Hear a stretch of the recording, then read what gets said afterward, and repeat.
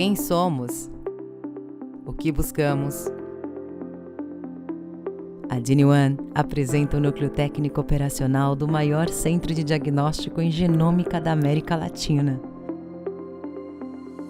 Somos especializados em exames genéticos de alta complexidade e medicina personalizada.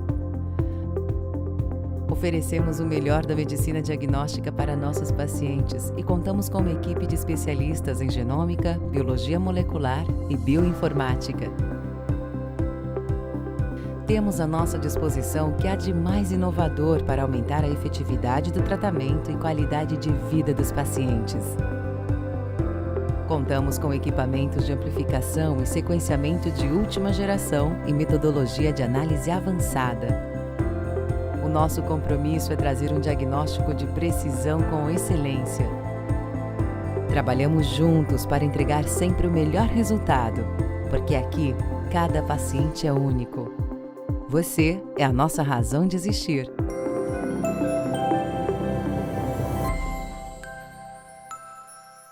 Boa tarde a quem está chegando. Sejam bem-vindos. Hoje é mais uma aula do mini curso DINI-ONE, de conceitos e exames de genética nas diversas subespecialidades que permeiam aqui a radiologia e a patologia. É a penúltima aula do curso. A aula de hoje é na área de ginecologia, conforme os apresentadores vão falar mais em detalhes agora. Eu sou Leonardo Caiati, eu sou da parte de medicina de precisão da DASA, sou radiologista, mexo mais com a área de próstata, mas transito bastante na área do abdômen de um modo geral. E vai ser um prazer, um aprendizado muito bom da gente assistir isso e esses temas que estão sendo apresentados aqui. Lembrando a vocês que quem porventura perdeu alguma das aulas anteriores, quem ainda não assistiu algum tema, a gente vai consolidar todas as aulas num canal do YouTube e depois a gente vai estar divulgando isso para todo mundo também. Eu lembro a vocês também que o site da DINI-ONE foi renovado e ele está com recursos que ajudam demais, inclusive a tirar dúvidas de diversos conceitos que vão ser passados por aqui e que a doutora Tereza depois pode explicar melhor para vocês. Tá? Então, com isso, eu passo a palavra para os palestrantes de hoje, doutor Gustavo, da patologia, doutora Tereza, da genética, que vão conversar com vocês sobre neoplasias de ovário e endométrio. Muito obrigado vocês por aceitarem de participar e obrigado para quem está assistindo. Aproveitem bastante. Tenho certeza que o prazer é nosso. Hoje a gente vai falar sobre... Eu sou Tereza Loureiro, médica geneticista e consultora em oncogenética pela DINI-ONE, e o Dr. Gustavo Fock. E vamos falar hoje sobre a genômica somática e hereditária do câncer de ovário. Bem, eu sempre trago aí, começo com esses dados do INCA, da perspectiva ou da estimativa de diagnóstico para determinado local, ao longo dos próximos anos. E vejam que, embora o câncer de ovário não esteja entre os mais prevalentes, quando a gente soma o câncer de ovário ao de corpo uterino, tirando aí do colo do útero, que seria outra causa relacionada, a relevância deles conjuntamente sobe bastante. E quando a gente considera, em termos aí populacionais, o risco de envolver esse tipo de câncer varia de 1,4% a 4%, dependendo da fonte. Mas dos casos estimados, dos casos novos estimados para 2020, percebam a relação que há numérica quando a gente observa o número de óbitos registrados em 2017. Um percentual muito grande do universo, claro que não é igual, em 2017 não foi o mesmo tanto que a estimativa para 2020, mas é um percentual considerável em que evolui para óbito. Isso tem muita relação com o diagnóstico no estágio mais avançado. Entre os cânceres do ovário em geral, estima-se que 25% tem uma relação hereditária, ou seja, existe uma variante patogênica ou provavelmente patogênica em um gene de predisposição ao câncer que teve relação com essa clínica. Esse percentual ele é muito grande, ele é muito maior do que de outros cânceres comuns, que gira em torno de 10%. Então, a sintomatologia aí, ela é um pouco inespecífica, né? Esse desconforto abdominal, mudança do hábito intestinal, menstrual, e muitas vezes é postergada a procura por assistência médica. Quais são os fatores de risco? É atribuído um risco maior, com certeza, à idade, separadamente, o maior índice de gordura corporal. A infertilidade é um outro fator relacionado ao câncer gonadal, tanto para homens quanto para mulheres. E a menstruação antes dos 12 anos e a menopausa aí após os 52.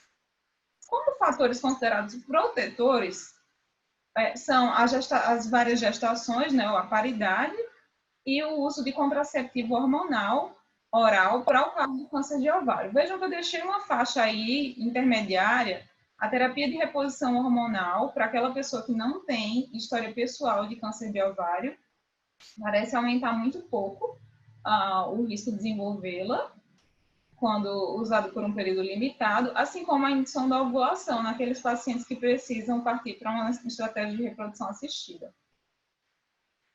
E não pode deixar de faltar, né, na nossa conversa, a história pessoal e familiar. Então, nessa história, a gente deve considerar não apenas o câncer de ovário, mas 2 outros cânceres muito importantes nessa história são os cânceres de mama e de cólon, conforme a gente já conversou no encontro de mama e de câncer coloretal. Aí, disparado, destaca-se aí a síndrome de Lynch e o BRCA1, BRCA2. Ter um parente com história de câncer de ovário, independente dos outros casos, já aumentaria o risco aí em 2 a 3 vezes em relação ao risco populacional para aquela pessoa que não teve câncer. Então, quais são os genes implicados nessa investigação, pensando no câncer hereditário? Então, estes são os genes que tem... Aqui, na verdade, o BRCA1 e o BRCA2 era para estar em laranjinha, de novo, meus erros de codificação de cor. Mas esse universo de BRCA1 a STK11 são os genes mais relevantes no contexto do câncer de ovário. A TM provavelmente está relacionado também, e ainda não foi possível ter um dado definitivo para NBN e PALB2, que o NBN a gente já conversou um pouco no outro dia, mas eu vou colocar outras imagens. É inevitável falar de ovário e não BRCA1 nesse contexto. Então, eu não repeti os slides dos nossos encontros anteriores. Né? A gente tem que lembrar sempre que esses genes não aumentam a predisposição só ao risco a esse órgão, outros órgãos estão implicados, e no mesmo órgão existem vários genes que podem estar envolvidos.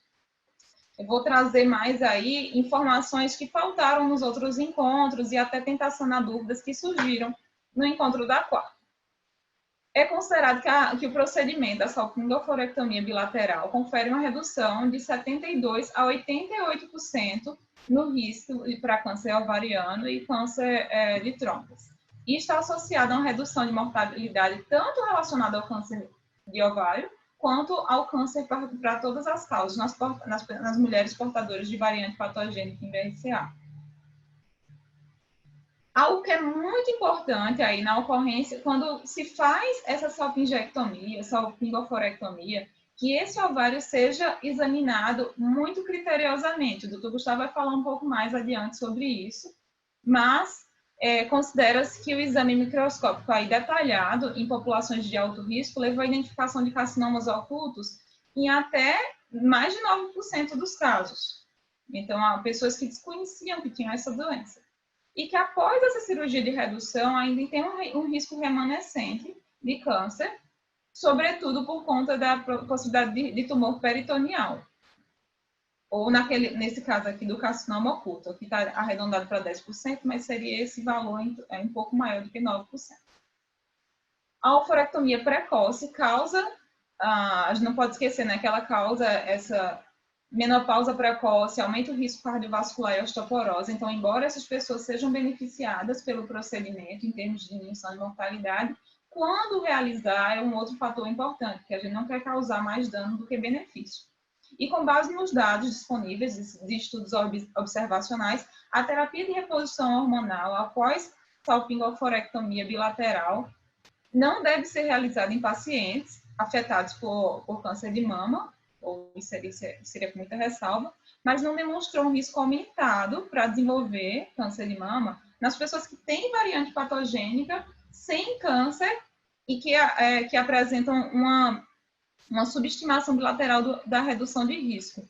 Ou seja, aquelas pessoas que têm variante patogênica BRCA e fazem o procedimento da salpingoforectomia redutora de risco, não tem lesão aí oculta, poderiam se beneficiar dessa terapia, pelo menos nessa transição, nesse momento de adaptação.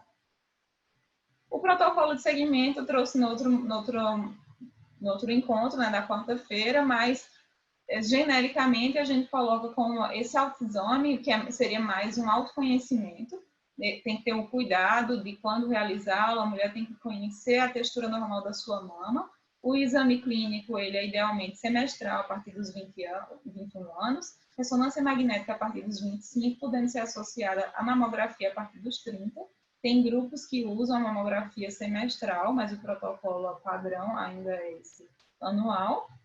Não tem evidência que suporte o rastreio para o câncer de ovário especificamente. Por que seria? Porque essas lesões elas podem surgir e progredir no intervalo menor do que um ano, e esses exames sistematicamente realizados poderiam trazer uma falsa segurança. O médico, a médica, o clínico, ele pode optar por realizá-lo desde que deixe o paciente muito esclarecido dos sinais de alarme e de que esse exame não deixa a pessoa protegida até o próximo do ano seguinte. E o rastreio aí para melanoma ou para câncer de pâncreas depende mesmo do risco familiar. Outros genes relacionados à predisposição ao câncer de ovário também da via aí do reparo homólogo são o RAD51C e RAD51D.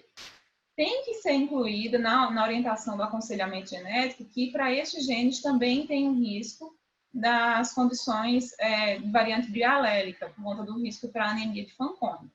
Não são variantes tão comumente encontradas no câncer de ovário, estima-se que esteja em cerca de 1% dos pacientes que têm câncer de ovário, enquanto que 25% seriam por um fator hereditário. E por conta de não ser assim tão frequente, fica difícil estabelecer com mais segurança as margens, o período ideal para realizar o procedimento de oforectomia redutora de risco. Mas aí é orientado em torno de 45, 50 anos, mas sempre considerando o histórico familiar. Outros genes que estão implicados também, o STK11, assim, de Creutzfeldt-Jaegers, a gente já conversou bastante em encontros anteriores, porque aumenta o risco para desenvolvimento de tumores em vários órgãos, assim como a ATM, da ataxia telangiectasia, e do NBN. Lembrando que esses dois genes têm essa clínica aqui mais grave, de início precoce, quando ocorrem variantes bialélicas. No caso da variante em heterozigose, seria a clínica de predisposição ao desenvolvimento de câncer sem as dismorfias. E a última síndrome da qual eu vou falar hoje é a síndrome de Lynch. A síndrome de Lynch também se repete nos nossos encontros porque tem relação com o aumento da predisposição ao desenvolvimento de câncer em diversos órgãos. E o endométrio aqui entra em segundo lugar, até em uma probabilidade muito próxima do cólon, que é o câncer mais clássico relacionado a essa síndrome. Há um risco aqui para câncer de ovário maior, mas aí não tanto quanto no caso do endométrio. Lembrando que nesses casos também tem um risco aí da variante bialélica, com um fenótipo mais precoce, inclusive para alguns cânceres ocorrendo na infância. E agora entra o Dr. Gustavo para falar um pouquinho mais sobre os aspectos anatomopatológicos da síndrome de Lynch e de outras síndromes. Primeiro queria agradecer a oportunidade de estar participando desse evento tão importante. Obrigado, Cristóvão. Vai ser difícil manter o nível das suas aulas, mas eu vou tentar falar algumas coisas relevantes. Quando a gente fala de síndrome de Lynch e câncer ginecológico, existe um risco aumentado para carcinoma endometrial, que varia de 27% a 71%, o risco estimado em vida. O maior esse risco quando a gente pensa no gene MSH6, e também para um risco aumentado para carcinoma ovariano, que varia de 4% a 14%. A síndrome de Lynch vai responder por cerca de 2% a 6% dos carcinomas endometriais e por volta de 2% dos carcinomas ovarianos. A gente tem que lembrar também que 20% a 30% dos carcinomas endometriais e por volta de 10% dos carcinomas ovarianos são mismatch repair deficientes. A metilação do MLH1 vai responder pela maioria dos casos esporádicos e alguns poucos casos esporádicos o mecanismo é uma inativação somática bialélica também presente. Lembrar que uma coisa importantíssima, quando a gente fala de síndrome de Lynch e câncer ginecológico, é que o câncer ginecológico é o câncer sentinela, isso já foi falado, mas nunca é demais repetir, ele é o câncer sentinela em 60% dos casos de síndrome de Lynch. E a triagem de pacientes que têm carcinoma endometrial apenas por critérios morfológicos, como, por exemplo, o histotipo, a localização do tumor no istmo, entre outras coisas, e também a parte clínica, né, os critérios clínicos de história pessoal, história familiar, esses mecanismos de triagem, essas estratégias, elas são subótimas e não são recomendáveis utilizar isoladamente. O ideal é que a gente faça um screening universal, quer dizer, para todos os histotipos de carcinoma endometrial e todos os graus histológicos, com imunistoquímica para mismatch repair. E, falando em carcinomas ovarianos, o screening seria, eu coloquei entre aspas aqui, mais restrito, significando que apenas para determinados tipos histológicos, também com imunistoquímica para mismatch repair. Eu vou começar a falar um pouquinho de ovário. Então, os carcinomas de ovário associados à síndrome de Lynch, os histotipos mais frequentes, são o carcinoma de células claras, disparado, e o carcinoma endometrioide. Obviamente, dentre as anormalidades moleculares dessas duas doenças, né, ambas com frequente origem associada à endometriose, nós temos aqui as anormalidades de mismatch repair. Mas também temos outras alterações moleculares. Então, eu vou passar adiante para lembrar a todos que quando a gente fala de carcinoma ovariano em síndrome de Lynch, a grande maioria é carcinoma de célula clara. E, em segundo lugar, carcinomas endometrioides. Em terceiro lugar, carcinomas indiferenciados ou desdiferenciados. Outra coisa interessante seria carcinoma de ovário associado a carcinoma endometrial sincrônico. 25% dos casos. Tá? E, geralmente, o histotipo do endométrio é endometrioide. Então, é importante a gente lembrar desta associação com histotipo, com tipo histológico do carcinoma ovariano em síndrome de Lynch, clear cell e endometrioide. Que nessa imagem vocês estão vendo aqui, imunistoquímica para mismatch repair, mostrando aqui a deficiência MSH2, MSH6. E, então, quando a gente fala de screening, para a síndrome de Lynch, pensando em carcinomas ovarianos, como a gente sabe que tem uma associação importante entre carcinomas células claras e endometrioides, e essa predisposição hereditária, devido a mutações de genes mismatch repair, esses achados vão ter implicações para a gente levar em consideração o subtipo tumoral para fazer o rastreio de pacientes de carcinoma ovariano para subsequentes testes genéticos. E é indicado que a gente faça imunistoquímica para mismatch repair e ou teste para estabilidade microsatélite para casos novos diagnosticados de carcinoma endometrioide e carcinoma de células claras. Não entraria carcinoma seroso de baixo grau, não entraria carcinoma seroso de alto grau e também não entraria carcinoma mucinoso. Quando a gente fala de endométrio, agora falando de endométrio, que eu falei que realmente a estratégia clínica e a estratégia baseada em critérios morfológicos, ela deixa passar muitos casos. O ideal é que a gente faça, então, a imunistoquímica para mismatch repair universal. E aqui nós temos o fluxograma do que a gente deveria fazer a depender dos resultados. Teoricamente, a expressão retida na imunistoquímica trata-se de um tumor proficiente. Quando a gente tem perda isolada de MSH6 ou perda isolada de PMS2, a gente já procederia a teste para mutação germinativa. Caso seja positivo, já é considerado um síndrome de Lynch e essa deficiência de mismatch repair associada à causa germinativa. Caso seja negativa essa pesquisa para mutação germinativa, recomenda-se a pesquisa para mutação bialélica somática. Dependendo do resultado, você pode ter um tumor deficiente de causa esporádica ou mesmo um tumor deficiente de causa desconhecida. Tá? Lembrar que a maioria das vezes, o que vai acontecer?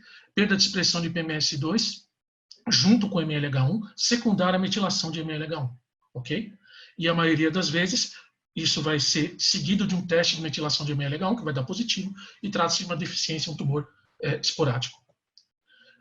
Falando de carcinomas endometriais, é importante a gente falar da classificação molecular, porque tem implicação potencialmente terapêutica, como tem sido listado nos últimos 3 a 5 anos. Então, o que a gente faria para todos os carcinomas de endométrio? Então, vocês estão vendo nesse esquema, carcinoma endometrioide, carcinoma seroso e mesmo carcinoma de células claras. a gente faria primeiro teste para sequenciamento do gene da polimerase Y. Caso haja uma mutação patogênica, a gente considera esse carcinoma como um carcinoma endometrial associado à mutação do gene da polimerase Y. Esse seria um dos 4 grupos.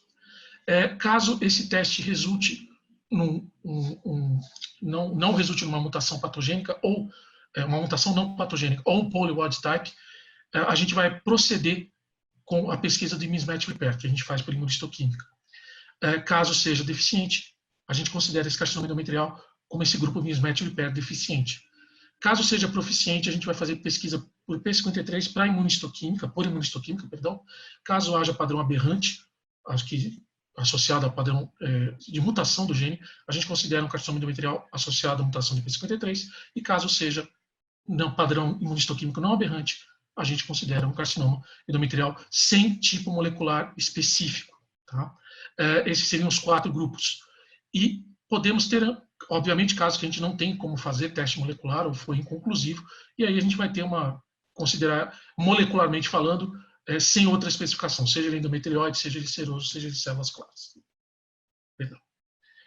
Essa classificação molecular ela é importante, ela é prognóstica. Então, o grupo com mutação poli, ele tem um prognóstico, uma sobrevida livre de progressão bem elevada. E, ao contrário, o grupo associado à mutação de P53 tem o pior prognóstico. Os outros grupos que são mismatch repair deficiente e aquele grupo que não tem nenhuma dessas 3 anormalidades, eles têm um prognóstico intermediário.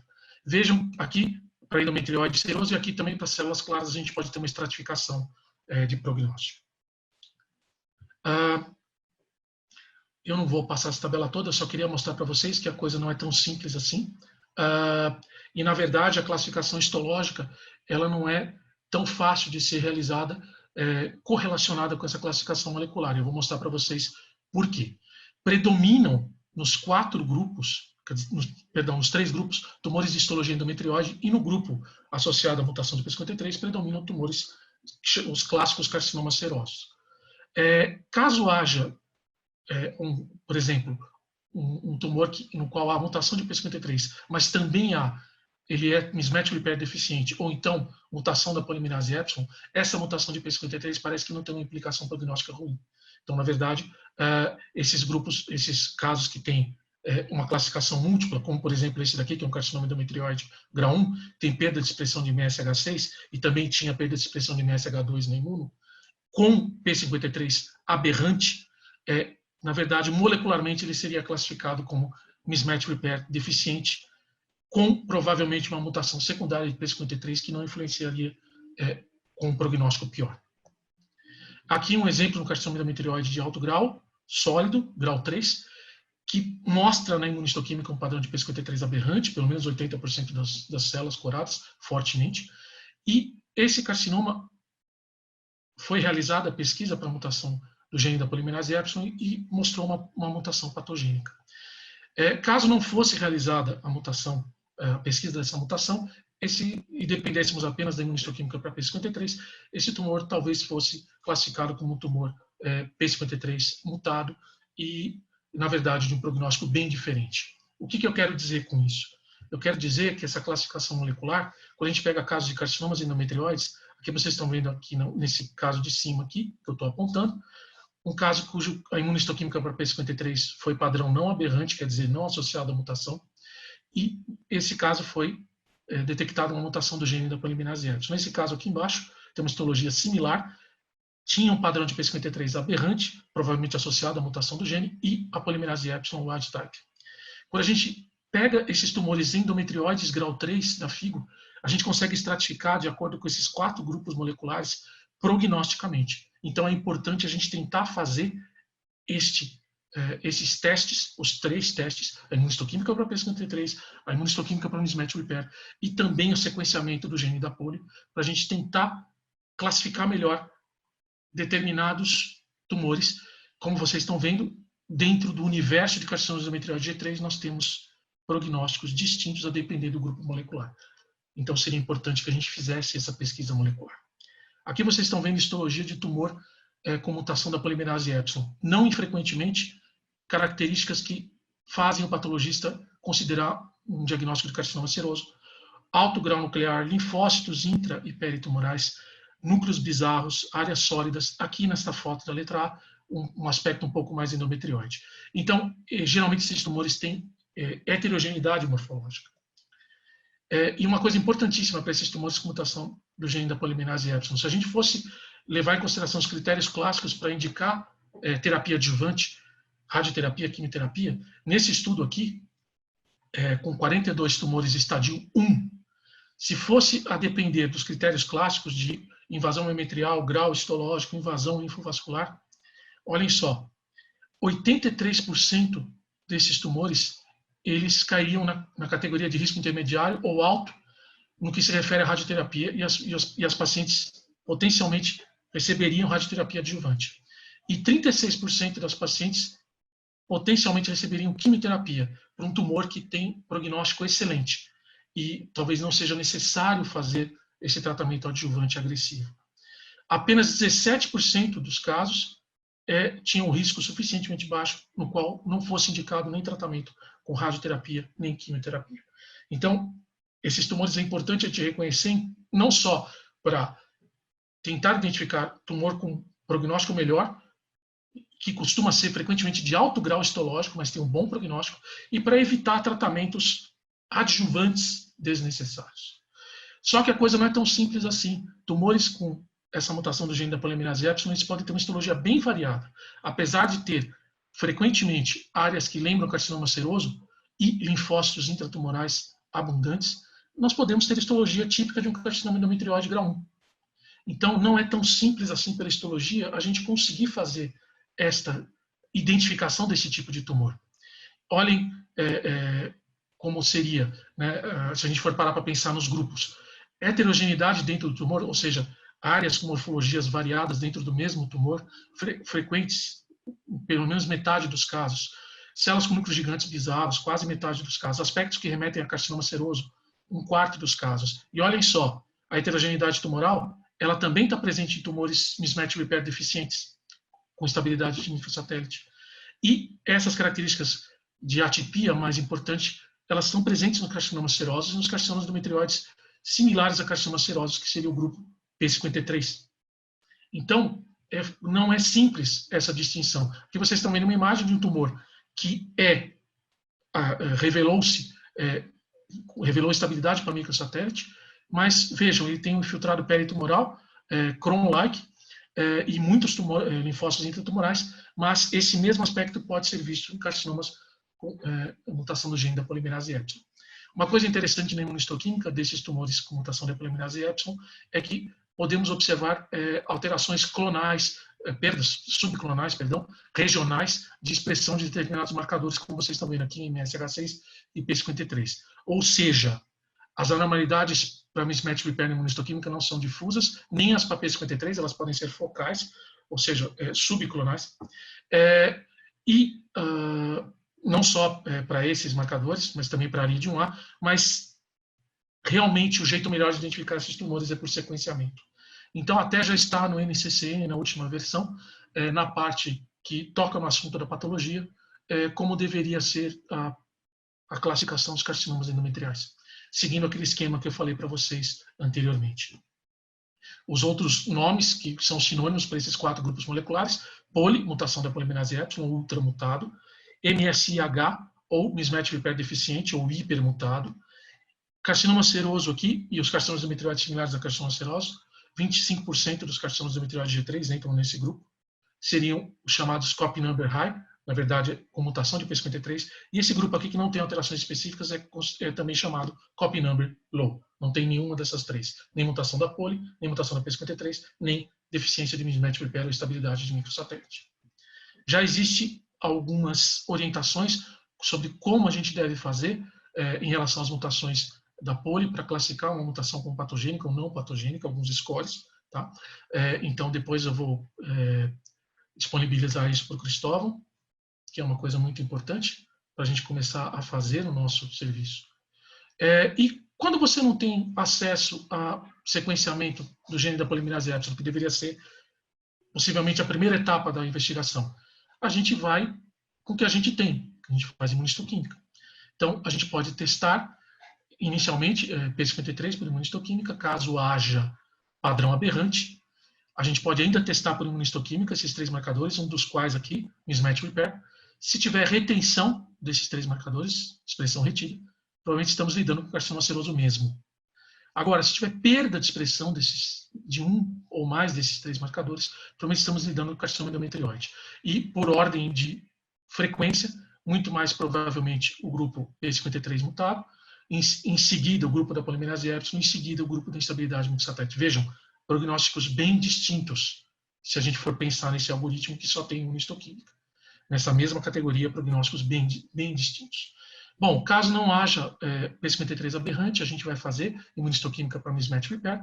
Caso haja perda, provavelmente estamos lidando com carcinoma relacionado à estabilidade microsatélite, mas também podemos estar lidando com carcinoma relacionado à mutação da polimerase Epsilon, que pode gerar uma mutação secundária em genes mismatch repair. E caso haja retenção da positividade, ou seja, expressão retida, proficiência e não deficiência, provavelmente estamos lidando com aquele carcinoma endometrial que não pertence a nenhum das outras 3 categorias, chamado copy number low ou sem alterações moleculares específicas. Esse esquema que eu estou mostrando para vocês, ele serve para carcinomas de células claras também, para tentar subclassificar carcinomas de células claras. Como eu mostrei no início também, a gente pode aplicar para qualquer histologia. Vejam, isso é uma característica de carcinomas associados à mutação do gene da polimerase Epsilon, mas não é exclusiva desses carcinomas, essas células bizarras e um infiltrado linfóide importante. Aqui é um carcinoma associado à instabilidade microsatélite, um carcinoma endometrioide, com bastante invasão linfovascular e bastante infiltrado linfóide. Aqui, no caso, tem ausência de expressão não retida, né, perda de expressão de PMS2 e MSH6, expressão retida proficiente. Qual que é a importância desses 2 grupos? O grupo dos carcinomas polimutados e o grupo dos carcinomas mismatch repair deficientes, ou estabilidade microsatélite. Vejam, pensando na parte molecular dessa classificação, esse grupo poli, mutação da polimerase Epsilon, ultramutado, e esse grupo, estabilidade microsatélite ou mismatch repair deficiente, eles têm uma resposta de células T aumentada, têm uma alta carga de neoantígenos e são potencialmente responsivos à terapia com inibidores de checkpoint imune. Aqui seria esquematicamente o mecanismo que geraria essa potencial resposta. Então, aqui vocês estão vendo a mutação da polimerase Epsilon, neoantígenos, neopeptídeos com mutação. Eles são apresentados, né, pelas complexo de histocompatibilidade na célula tumoral, a linfócitos T. Isso vai gerar uma ativação do checkpoint, tanto PD1, PDL1, mas como outros também, e um afluxo de células CD8. E isso a gente pode ter, secundário a isso, a gente pode aplicar terapia com inibidor de checkpoint. Aqui no caso de mismatch repair, o que vai acontecer? Neoantígenos também, e na ausência de imunoterapia, o eixo PD1, ele vai bloquear a ativação das células T, e se você tiver um anticorpo para bloquear esse eixo, você consegue ter essa ativação de célula T adequada. Então, nesses 2 grupos, poli e MSIH, ou mismatch repair deficiente, nós podemos ter aplicação de imunoterapia. Então, tem alguns estudos, eu não vou entrar em detalhes, mas existem já estudos para carcinoma endometrial com imunoterapia, e vejam as respostas variadas, mas sobre determinado aspecto, há resposta nesses tumores, não são as melhores, mas como vocês veem, tem cifras variadas aqui, tá? Com diferentes fármacos. E vejam que os pacientes recrutados para esses estudos, tumores mismatch repair deficientes, esse estudo aqui, tumores PDL1 positivos, aqui tumores MSH, 17 pacientes de carcinoma endometrial incluídos aqui, tumores mismatch repair deficientes recorrentes, aqui nesse estudo apenas 2 pacientes, um com polimerase Epsilon, tumor mutado, e outro com instabilidade microsatélite, carcinomas metastáticos de endométrio, aqui nesses 2 estudos, e aqui carcinomas recorrentes ou avançados com estabilidade microsatélite. Então, nós já temos estudos em andamento para esses 2 grupos moleculares. Então, a gente tentar identificar qual carcinoma, qual grupo molecular é o carcinoma endometrial, isso pode ter aplicação também relacionado a esta área da imunoterapia. O Cristóvão me passou esse slide aqui, que é interessante, que, na verdade, quando a gente fala de síndrome de Lynch, pensando em deficiência de mismatch repair, na verdade, quando a gente fala em tumores com deficiência de causa germinativa, ou seja, síndrome de Lynch, teoricamente, o prognóstico é um pouco melhor do que tumores que têm mecanismo somático de deficiência de mismatch repair. E aqui no meio do caminho, os tumores proficientes. Uma coisa importante para falar também, a gente não pode esquecer de falar isso, e aqueles 2 grupos com prognóstico intermediário? É o grupo que não tem alterações moleculares específicas, que é o copy number low, e o mismatch repair deficiente. Esses grupos têm prognóstico intermediário. O POLI tem prognóstico melhor e o P53 tem o pior prognóstico. Bom, a gente pode aplicar imunistoquímica, alguns marcadores imunistoquímicos, dentro desses grupos. Então, dentro tanto do grupo que não tem alterações específicas, não tem mutação de P53, não tem mutação da polimerase Epsilon, não é mismatch repair deficiente. E também o grupo que é mismatch repair deficiente, o L1CAM pode ajudar. Quando a gente faz a pesquisa para L1CAM, os tumores L1CAM positivos, eles têm um prognóstico pior dentro, considerando apenas esses 2 grupos moleculares. E o status de receptor de progesterona dentro do grupo daqueles tumores sem alteração molecular específica, o copy number low, também pode adicionar uma informação prognóstica dentro desse grupo. Agora eu vou falar um pouquinho de carcinoma seroso de alto grau. Tereza, posso continuar? Você quer falar alguma coisa? Pode continuar, eu tenho uns slidezinhos para mostrar no final, só... Então você, por favor, se você quiser mostrar alguma coisa, você me interrompa. Obrigado, Tereza. Bom, é importante falar de carcinoma seroso de alto grau. Primeiro que a origem de uma boa parte desses tumores, na verdade, não é ovário, é a região fimbrial da tuba uterina, das tubas uterinas. Segundo que, dentre as anormalidades moleculares, a gente sabe que a mutação de P53 é muito importante. E nós temos aqui os defeitos de recombinação homóloga de DNA, que a Tereza já começou a falar a respeito, dentre outros. E a síndrome hereditária de câncer de mama e ovário. E nós temos como terapia para esses tumores que pode ter resposta, e já tem estudos mostrando resposta, principalmente os inibidores da PARP, mas também inibidores de checkpoint imune. Uma coisa importante para o pessoal que... médicos, todas as especialidades, é uma coisa importante a gente lembrar, que se a gente usar aquele critério de aonde está a massa dominante, que é o critério clássico, que era utilizado para falar se a doença era de origem peritoneal, de origem tubária ou de origem ovariana, né? Um caso como esse que tem carcinoma seroso intraepitelial na tuba, que tem um pequeno volume de carcinoma seroso invasivo de alto grau no ovário e tem um volume grande de doença peritoneal, talvez ele fosse classificado como primário de peritônio. E, na verdade, hoje em dia, para a gente classificar a origem desses tumores, a gente tem que ter a avaliação histológica completa das tubas uterinas, como a doutora Tereza citou. Existe um protocolo para a gente fazer isso, que chama CIFIN, que a gente examina extensivamente a região das fímbrias, mas também inclui o restante todo da tuba uterina para análise histológica. Falando de BRCA1, BRCA2, lembrar que o risco para câncer, entre aspas, câncer de ovário, é o dobro quando você compara o BRCA1 em comparação ao BRCA2.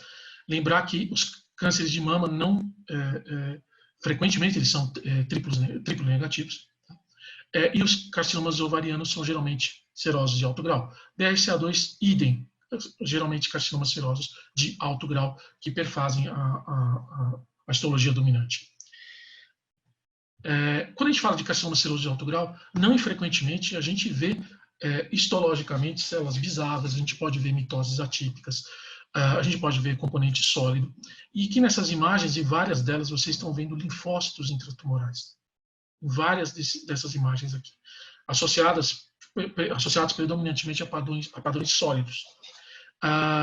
Só que a especificidade desta histologia para a doença relacionada à mutação de BRCA, ela não é tão boa assim.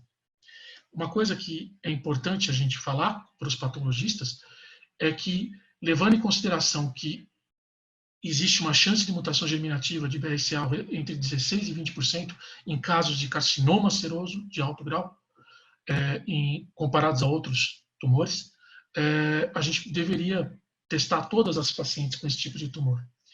E, pensando no laudo do patologista, ele pode colocar uma nota no relatório dizendo que esses carcinomas são associados com mutações de genes BRCA e teste genético deveria ser considerado. E obviamente, para carcinomas invasivos da tuba uterina, essa associação chega em torno de 30% de mutações de BRCA, então seria indicado também o screening nessas pacientes. Uma histologia que é mais frequentemente associada à mutação de BRCA, ou, ampliando um pouco mais o termo, deficiência de recombinação homóloga, é essa histologia com áreas sólidas, pseudoendometrioides e transicional, que é aqui o que eu estou mostrando, transicional-like, transicional símile. É o padrão chamado SET. É sólido, pseudoendometrioide, o E de pseudoendometrioide, e o T de transicional símile. Esse padrão histológico tem uma associação maior com mutação de BRCA e com deficiência de recombinação homóloga do que outros padrões histológicos que são variados, presentes em carcinomas serosos de alto grau.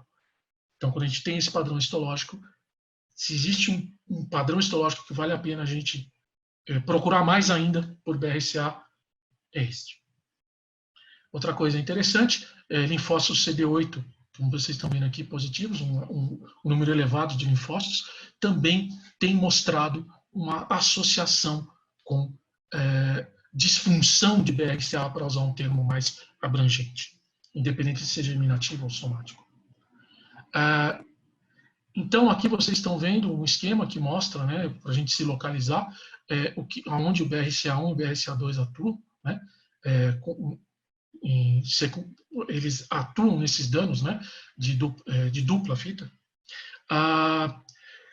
Quando eles estão, a função do BRCA e do RAD51 está preservada, ocorre recombinação, o reparo via recombinação homóloga. Agora, se você tem uma disfunção de BRCA ou RAD51, o que vai acontecer? Esses erros vão ser reparados por outros mecanismos, principalmente via PARP, mas isso vai gerar uma estabilidade cromossômica. Se tiver mutação de P53, que é o que costuma acontecer nos carcinomas serosos de alto grau, na grande maioria, você vai ter tendência à proliferação celular. Se o P53 estiver funcionante, geralmente é induzida a apoptose. Como é que funciona a história da PARP? Então, a PARP atua nos danos fita simples. Então, numa célula normal, quando você tem os danos as quebras, né, de fita, os danos de fita simples, você tem reparo pela PARP. Quando você tem duplo, você geralmente tem reparo por via de recombinação homóloga. Agora, numa célula que é deficiente na função de BRCA, aqui está como mutação germinativa, mas vamos pensar uma célula deficiente em recombinação homóloga. Se a gente usa um inibidor da PARP, você vai ter um aumento dessas quebras de dupla fita. E, no caso, teria, né, a morte da célula se você não tiver o BRCA ativo e a recombinação homóloga. O que vai acontecer? Perdão, estou faltando um slide aqui, mas tudo bem. Como é que funcionaria isso? O inibidor da PARP em células que têm disfunção de BRCA, teoricamente, quando você usa o inibidor da PARP, você segue o mecanismo que a gente chama, aqui, perdão, o slide estava trocado, de letalidade sintética. Ou seja, uma célula proficiente em recombinação homóloga, se você inibe a PARP, ela ainda consegue sobreviver. Agora, se ela for deficiente em recombinação homóloga, ela vai morrer. Essa é a ideia, tá, de uso de inibidores da PARP em tumores que são deficientes em recombinação homóloga. BRCA1, BRCA2, RAD51, como a Teresa estava falando, dentre outros mecanismos. Agora eu voltei aqui para o slide que estava trocado, perdão. Lembrar então que BRCA1, BRCA2, as mutações de genes são as causas mais frequentes, né, de deficiência de recombinação homóloga em carcinoma ovariano, pensando em carcinoma seroso de alto grau.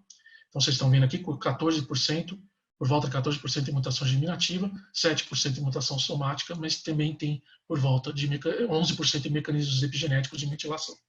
Vocês estão vendo aqui que tem outros mecanismos responsáveis por deficiência de recombinação homóloga, que não necessariamente mutação de BRCA ou alteração epigenética de BRCA. E aqui do lado de cá são os mecanismos que não são relacionados à recombinação homóloga. Então, os inibidores da PARP, eles mostram eficiência em tumores que têm deficiência de recombinação homóloga e não apenas associado a BRCA. Então, já tem estudos com utilização de inibidor da PARP, independente do status do BRCA. Não necessariamente a deficiência de recombinação homóloga deve ser associada a BRCA para você poder usar inibidor de PARP. Então, aqui, eu não vou falar de um por um, mas tem os inibidores da PARP e as aplicações, a maioria dos casos, né, tratamento para tumores recorrentes ou tratamento de manutenção. Aqui, pós primeira linha de quimioterapia, já tem também estudos. Não quero me alongar muito, que a Tereza já deve estar me xingando. Não só ela. Bom, uma coisa importante para falar... Estou ansiosa a terminar. Mas tá indo eu já muito estou ótimo. terminando. Vejam essa imagem de carcinoma endometrial associado à mutação germinativa de BRCA. Isso foi discutido neste último encontro do Congresso do Colégio Americano de Patologia. Vejam aquela histologia pseudoendometrioide sólida e transicional símile, presente em vários dos tumores que têm mutação de BRCA germinativa. Então, talvez carcinomas endometriais associados à mutação germinativa de BRCA seja uma entidade distinta clínico-patologicamente. Tá? A maioria dos histotipos, nesse caso, eram tumores de alto grau, carcinoma seroso, carcinosarcoma, tumores com morfologia ambígua, carcinomas endometrioides G3. Tá? E isso aqui era só para listar que existem outras síndromes, a gente não vai estar falando disso, mas lembrar que o carcinoma endometrioide também presente aqui na síndrome de Colby. Tereza, por favor. Obrigada, Gustavo. Muito bom. Obrigado, Will. Então, aqui, terminando com a gente parou nesse slide das outras síndromes, e aí eu retorno para falar sobre as síndromes de predisposição ao câncer. 95% dos cânceres de ovário são carcinomas, são epiteliais. E tem aí 5% mais relacionados às células germinativas, cujos fatores de risco influenciados são outros. Mas em relação à predisposição ao desenvolvimento desses carcinomas, estes são os genes mais implicados, sobretudo esses destacados na cor rosada. Para eles, tem recomendação, sim, de realizar a salpingoforectomia redutora de risco, não só para BRCA1 e BRCA2, que foram os que a gente abordou inicialmente. BRCA1 e BRCA2, por estarem mais estudados, digamos assim, há mais tempo sendo estudados, a gente consegue ter uma definição mais clara da faixa de recomendação desse procedimento, enquanto para os outros ainda fica um pouco aberto, mas estas são as recomendações do NCCN. Lembrando sempre que existem outros genes associados, e no caso do STK11, essa faixa não está bem estabelecida, vai ser definida aí a critério clínico, somando-se os riscos genéticos, hereditários, no caso detectáveis, e os associados ao estilo de vida. Tem que ficar de mensagem hoje é que o sequenciamento seja somático, pensando aí no tratamento dos inibidores da PARP, quanto germinativo, para fazer o aconselhamento genético mais amplo, ele está indicado para todos os casos de câncer de ovário. E aí, o que contém, quais genes devem ser compreendidos nesse painel vai depender. Essa pessoa tem só a história de câncer ovariano ou tem outros casos de câncer na família? Tem uma síndrome clara, por exemplo, tiver claramente a síndrome de Peutz-Jeghers, começar com a estratégia do sequenciamento do gene único não estaria errado, mas os painéis voltados para o ovário conseguem dar boa informação para todos os genes que compreendem. Isso permite uma melhor compreensão da doença, orientar as escolhas terapêuticas aí e um manejo personalizado. Então, eu fiz aqui um slide juntando, não só falando de câncer de ovário, porque embora nosso curso não acabe hoje, até a semana que vem tem mais, né, falando aí sobre medicina fetal, mas este é o último encontro relacionado à predisposição ao câncer.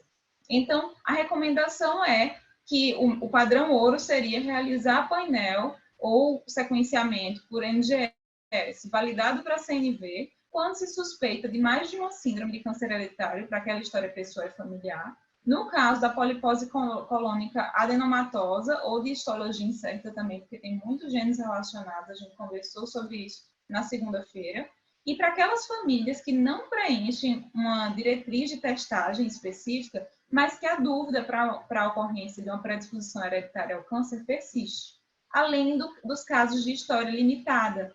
Então, as pessoas que não desconhecem a família biológica ou que são imigrantes, perderam esse contato, que não têm contato, é muito comum no Brasil, sobretudo, desconhecer a história familiar paterna. Então, nesses casos, se pode fazer um painel multigênico, mesmo sem que haja história pessoal de câncer, desde que haja um aconselhamento genético muito claro para a pessoa entender as limitações e potencialidades daqueles resultados. E quando não fazer um painel multigênico? Quando eu dei o exemplo de Putz-Jäger, né, quando a história familiar é altamente sugestiva de uma síndrome de câncer hereditário conhecida, então, quando ali em mais de uma geração a gente tem aquela clínica muito florida de algo que não tem tantos genes relacionados, ou ainda, se eu já conheço a variante familiar, então eu começo, nesse caso, pela pesquisa específica da variante, que geralmente é feita por sangue. Então, se a pessoa, por exemplo, tem um câncer ovariano e a mãe e a irmã tiveram câncer de mama, se ela faz a pesquisa da variante familiar e não encontra a variante patogênica, se ela faz pesquisa de variante, significa que algum familiar fez o teste e encontrou uma variante relacionada à predisposição à doença. Se aquela pessoa que tem história do câncer de ovário fez e não encontrou, aí está indicado sim ampliar para o painel, porque ela pode ter uma causa diferente para aquele familiar, mas o mais provável é que seja a mesma. Então, a configuração dos painéis, elas variam de acordo com os laboratórios. Esta é a conformação do nosso painel de câncer de mama e ovário, que coincide, na sua maioria, com os genes que são cobertos pelas operadoras quando há suspeição de 2 ou mais síndromes. No caso do câncer de ovário, estão cobertas essas 3 síndromes aqui no rol. Eu destaquei dentro deste painel quais são os genes que têm mais relação com o câncer de ovário. Por que eu fiz esse destaque? Para reforçar a importância para a gente, enquanto analista, que venha um pedido médico com indicação, ou seja, história pessoal de câncer de ovário e familiar de câncer mamário, enfim, que se digam quais são os outros cânceres que acontecem na família, para a gente, quando encontra uma variante de significado incerto, de significado indeterminado, saber qual é a relevância, qual que é a relevância daquela variante de significado indeterminado. Quando ela é patogênica, fica mais claro, fica mais fácil de reportar no laudo, mas a de significado indeterminado, ela é influenciada, de certa maneira, também pela história familiar.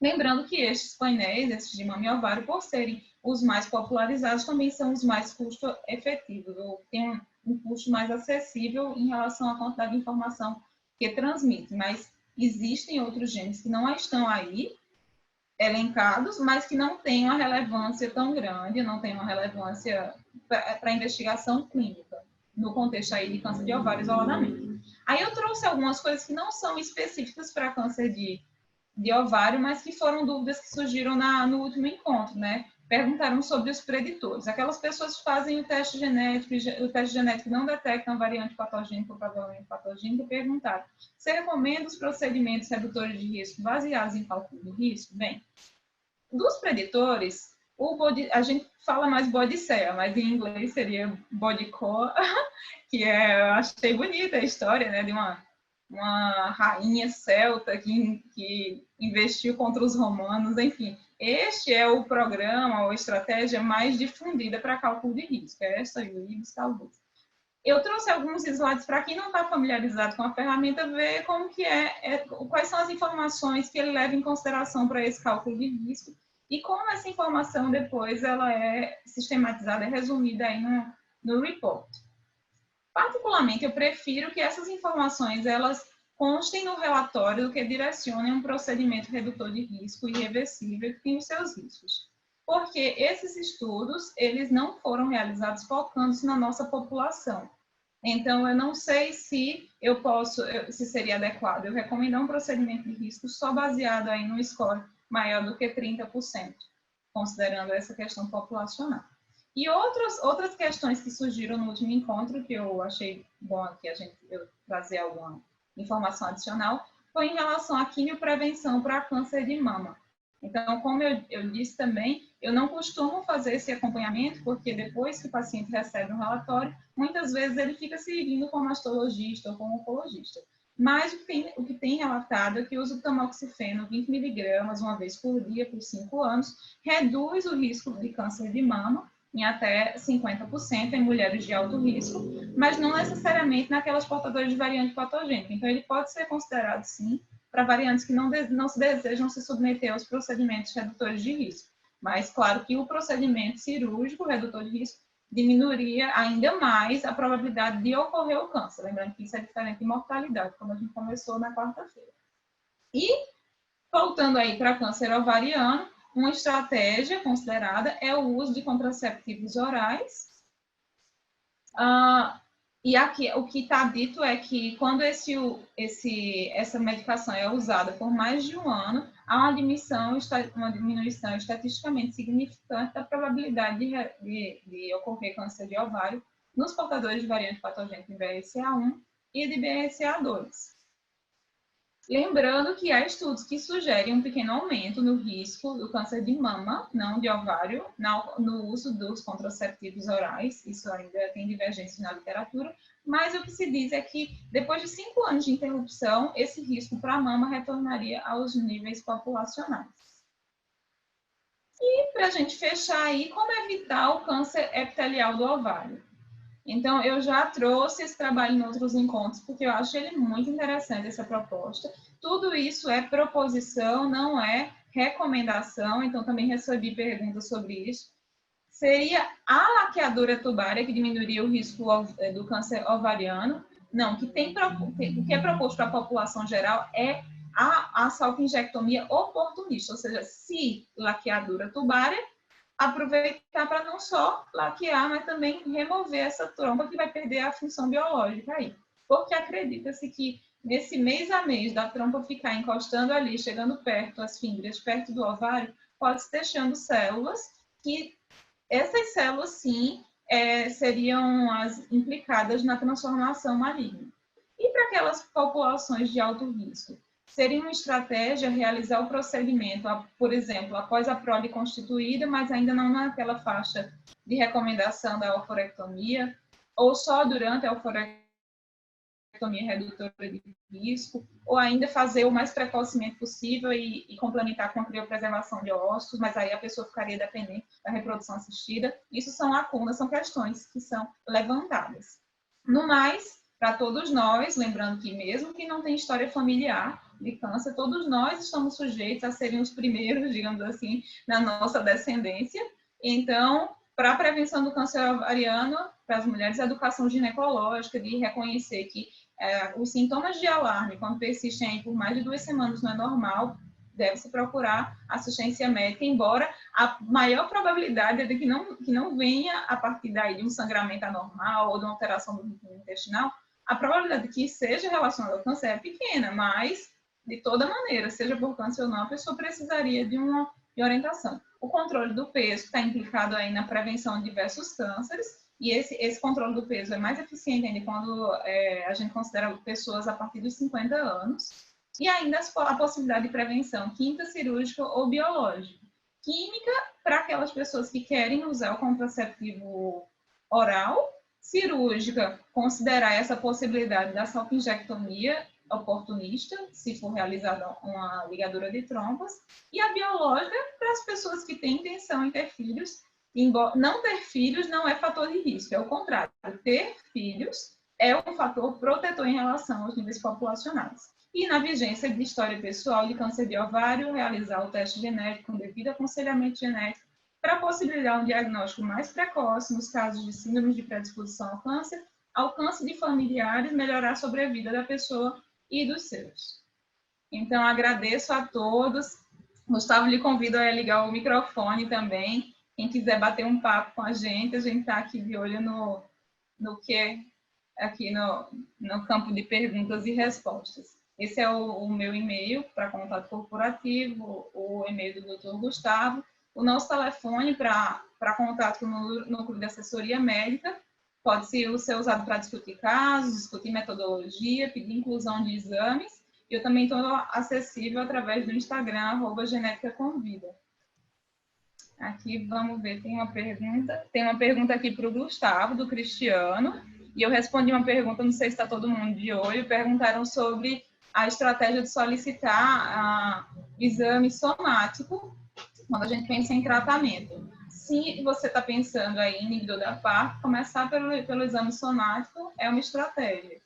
Mas a gente tem que lembrar, eu até respondi, que os exames germinativos eles são mais facilmente acessíveis e permitem a investigação simultânea de outras síndromes de predisposição ao câncer que não vão ser impactadas aí não vão impactar diretamente nessa escolha terapêutica imediata.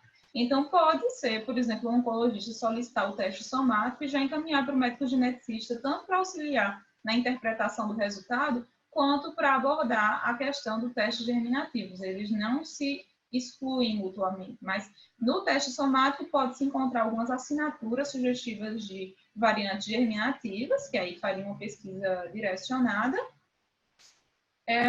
e ao mesmo tempo, se for encontrada uma variante germinativa, independente do exame somático, poderia-se já indicar essa terapia específica.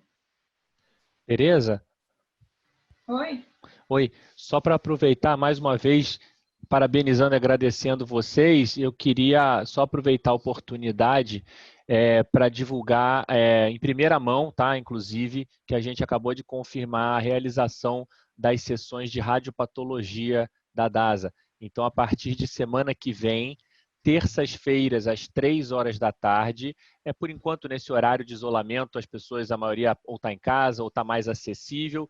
Conforme as pessoas retornarem às atividades, a gente vai revisando esse horário, mas, a princípio, toda terça, às 3 da tarde, a gente vai ter uma aula de algum tema com integração radiopatologia. A primeira aula eu mesmo vou participar, vai ser uma aula minha com a Andréa Monerá, patologista. É uma aula que a gente já tem sobre ressonância de próstata, com correlação com biópsia de próstata por fusão. Então, eu vou falar da parte de imagem, ela vai falar da parte de patologia e a gente vai falar, inclusive, sobre os mesmos casos em que a gente colaborou junto. Tá? Então, na aula seguinte, provavelmente vai ser mama no dia 19 e a gente vai tentando, variando os temas, mas vamos inaugurar um novo capítulo nessa parte de integração entre as especialidades da DASA. Isso dentro dessa nossa política de medicina de precisão. Tá? Então, só para fazer esse anúncio para vocês, quem tiver disponibilidade, por favor, se programe. Terças-feiras, às 3 da tarde, vai ser provavelmente nesses mesmos canais que a gente tem distribuído as nossas aulas, tá? Aqui fizeram mais uma pergunta, se existe uma ferramenta para cálculo de risco que avalie o risco de câncer de mama contralateral para paciente que tenha feito painel genético por um câncer de mama e o painel não encontrou nenhuma variante patogênica, mas a paciente tem história familiar importante de câncer de mama, paciente com câncer triplo negativo aos 37 anos. Existe algum modelo que possa ser usado? Pode ser utilizado o dado de que não possui, possa ser utilizado utilizando o dado não possui mutação, que o ABODC avalia o risco de acordo com a possibilidade de ter mutações. Essa paciente teria o mesmo risco para câncer de mama contralateral igual da população? O risco, independente da ferramenta usada, ele nunca vai ser igual ao populacional se eu não tenho uma variante determinada. Então, sempre que a gente encontra uma variante patogênica, para cada caso, no caso de câncer de mama, o familiar de primeiro grau já vai ter o dobro do risco populacional, mesmo que a gente não encontre variante patogênica. Aí a gente vai ter que somar a questão do tabagismo, do uso de contraceptivos, ou terapia de reposição hormonal, a gente vai ter que somar todas essas informações. Não sei se ficou claro, mas assim, a gente não pode... As ferramentas de predição de risco são só para guiar, mas na ausência de uma detecção da variante patogênica, a clínica aí vai ser soberana para decidir como vai ser esse segmento. Eu, particularmente, não me sinto confortável em indicar mastectomia redutora de risco quando não se tem a variante patogênica detectada. Mas se o cálculo de risco for superior a 30% e o paciente manifestar esse interesse, eu apoio. no mais, prefiro o segmento de alto risco semestral, porque pensem que, no caso do BRCA1, por exemplo, que a probabilidade de desenvolver tumor é altíssima em relação a outros genes. Mesmo assim, no caso, ou melhor, BRCA2 é alta e mesmo assim não teve diferença de mortalidade, como a gente conversou ontem. Então, de repente, se para esse gene, que eu já sei que tem uma penetrância alta, não mudou mortalidade, mudou sim morbidade, para aquele em que ainda permanece a dúvida se foi algo esporádico ou de fato hereditário, eu prefiro um segmento de alto risco, a não ser que seja um desejo manifesto pela paciente. Então, agradeço a todos aí que estão aí todos os dias. Tem gente que está todo dia se encontrando com a gente. Foi um prazer, como sempre. E até o próximo encontro, na verdade, segunda-feira, falando sobre medicina fetal, doutor Ciro. Opa. Ai, a Karina me mandou. Eu esqueci de botar aqui o slide. Karina, você consegue compartilhar com a gente? Não, acho que ela saiu. Não, mas ela me mandou, eu vou abrir aqui. Bom que você voltou aí. Conto com a sua divulgação também com a turma da patologia, que fortalece muito essas divulgações, né?